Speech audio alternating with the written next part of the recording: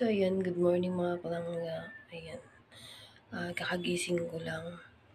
Ay hindi pala, kanina pa akong 5. Nakatapos na ako, nagluluto na ako ngayon. Bibigyan ko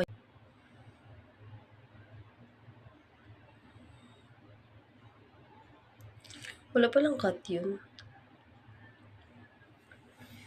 Ayan, uminom kayo mga palangga ng maligamgam na tubig. Sa umaga maraming benefits yun. Ang oras ng aking gising is 5, kakatapos ko lang ngayon. Actually, nagluluto ako. Marami pang iba mamaya. So, ayun. Medyo unfair lang mga palangga kasi ang linggo namin hindi binabayaran.